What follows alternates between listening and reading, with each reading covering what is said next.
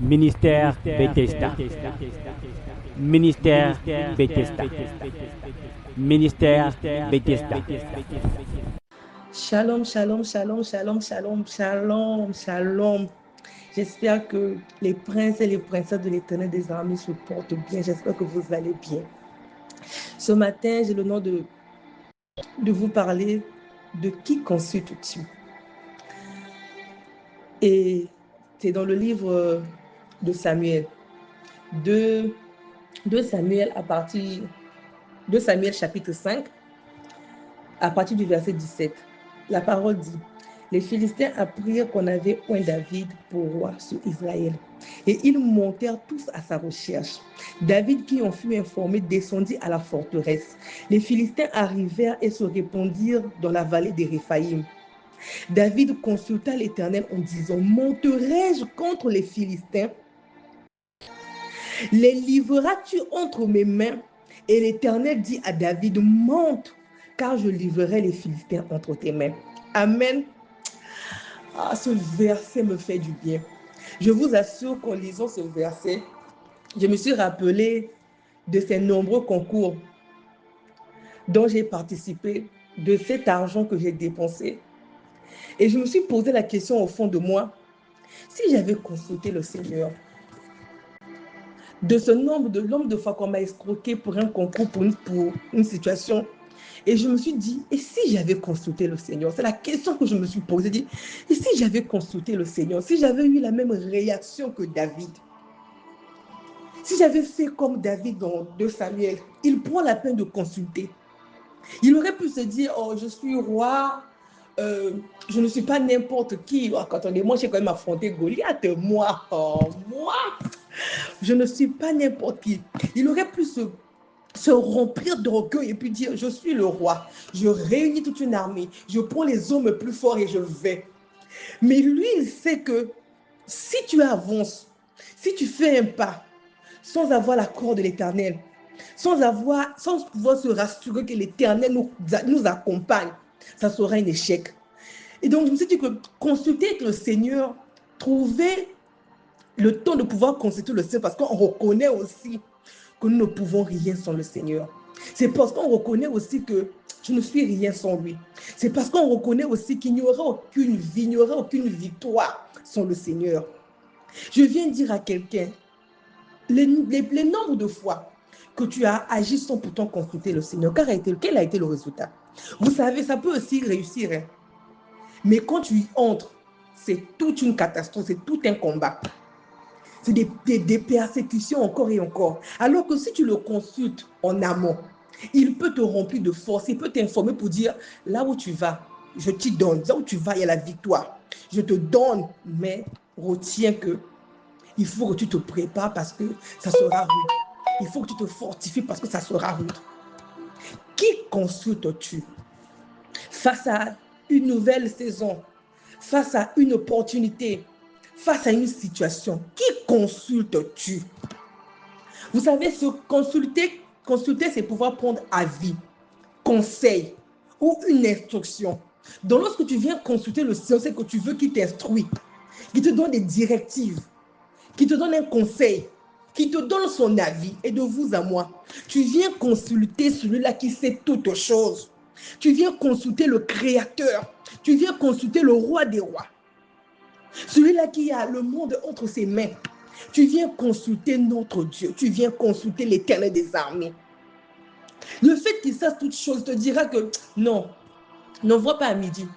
Parce que si tu envoies ton dossier à midi, le vigile qui va recevoir le dossier sera tellement énervé à cette heure-là qu'il va mettre ton dossier à côté.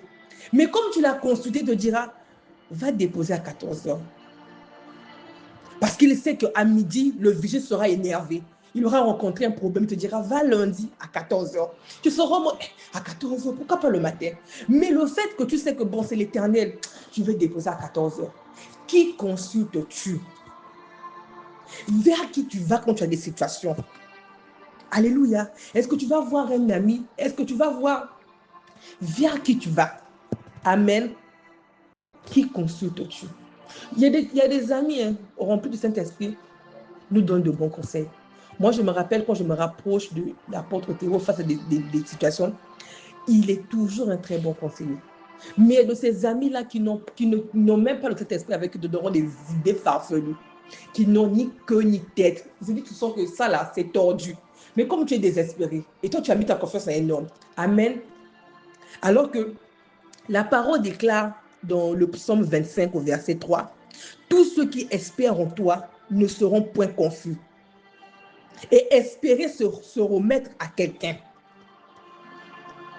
Donc, si tu consultes le Seigneur, tu viens prendre avis du Seigneur, tu viens avoir ses instructions, ses conseils, c'est parce que tu te remets totalement à lui, c'est parce que tu espères en lui, c'est parce que tu espères en lui, tu espères en Dieu. David consulta l'Éternel, il est venu dire à l'Éternel, regarde les Philistins, ils arrivent et ils demandent à l'Éternel, est-ce que je dois monter contre les Philistins? Est-ce que je dois aller les combattre? Et il dit, et si je m'en vais les affronter, est-ce que tu vas me les livrer? Et l'Éternel dit à David, monte, monte. Il ne s'arrête pas seulement à donner un ordre, une instruction. Il donne une instruction, il dit monte. Mais regardez comment notre Dieu est merveilleux. Juste après l'instruction, il donne le résultat. Il dit ce qui va se passer après. Il dit, monte, je te livrerai, car je livrerai les Philistins entre tes mains. Autant pour moi. Donc après avoir donné l'instruction, il te dit même ce qui va se passer. Il donne le résultat de la situation. Il dit, monte, car je livrerai les Philistins entre tes mains. Donc, une manière de lui rassurer. Là, comment il est rassuré. Donc, il monte, il sait que là où je m'en vais, là, ça va bien se passer. C'est là où j'ai pris l'exemple de te dire, ne va pas déposer ton dossier à midi, va à 14 h. Parce qu'en allant à 14 h, ça sera une réussite.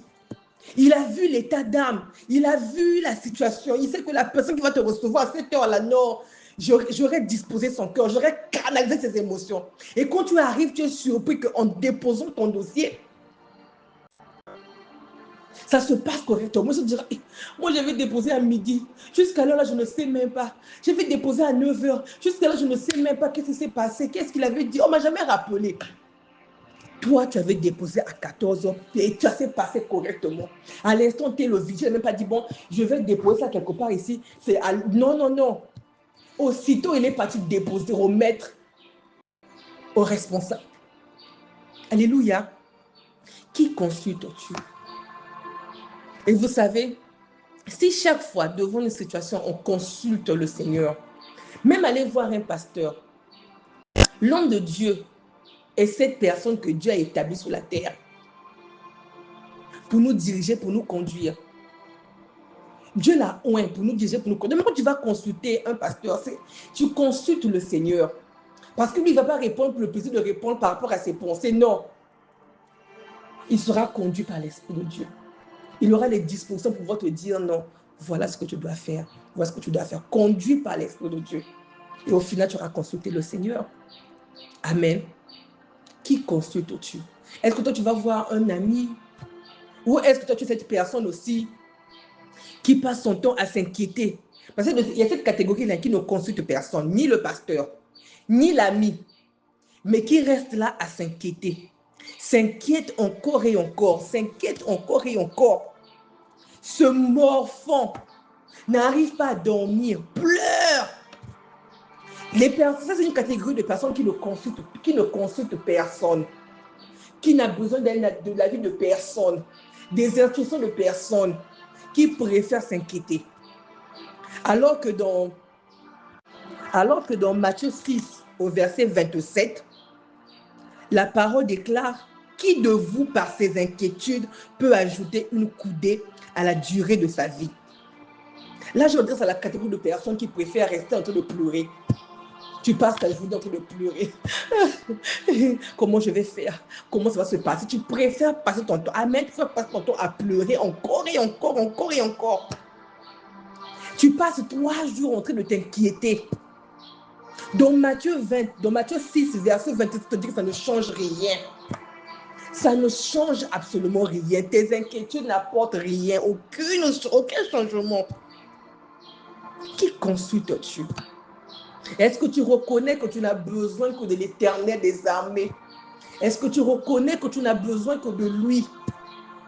Va consulter le Seigneur. Demande au Seigneur, est-ce que je peux, est-ce qu'il faut, est-ce que, regarde pour ma situation, Seigneur, quelle est la solution? Regarde. Qui consultes-tu? Alléluia. Qui consultes-tu?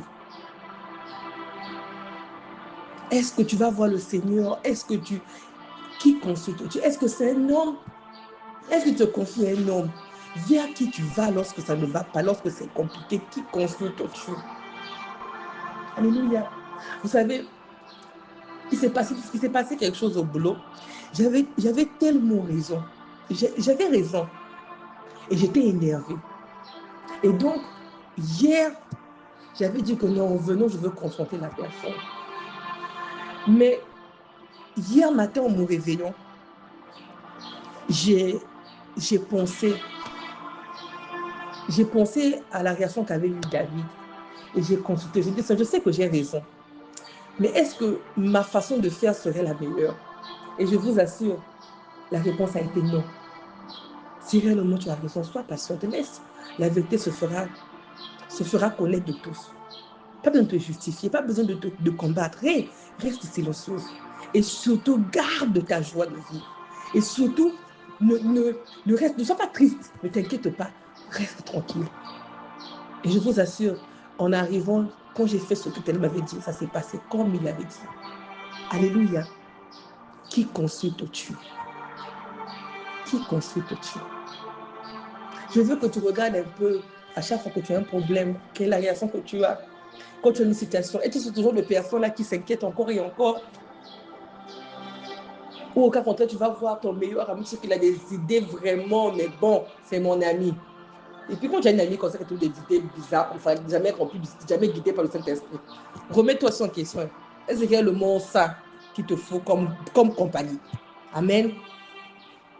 Ou alors, toi, tu vas au pied de l'Éternel, comme David. David m'a enseigné. Et j'ai testé et ça marche. Qui consulte-tu? David a consulté l'Éternel en disant, monterai-je contre les Philistins? Et Dieu n'a pas simplement donné une instruction en disant, vas-y, monte. Mais il a ajouté, vas-y, monte, car je livrerai les Philistins entre tes mains. Vas-y, dépose ton dossier, car il y aura un bon résultat. Vas-y affronter, parce que oui, vas-y. Qui consulte-tu? Alléluia.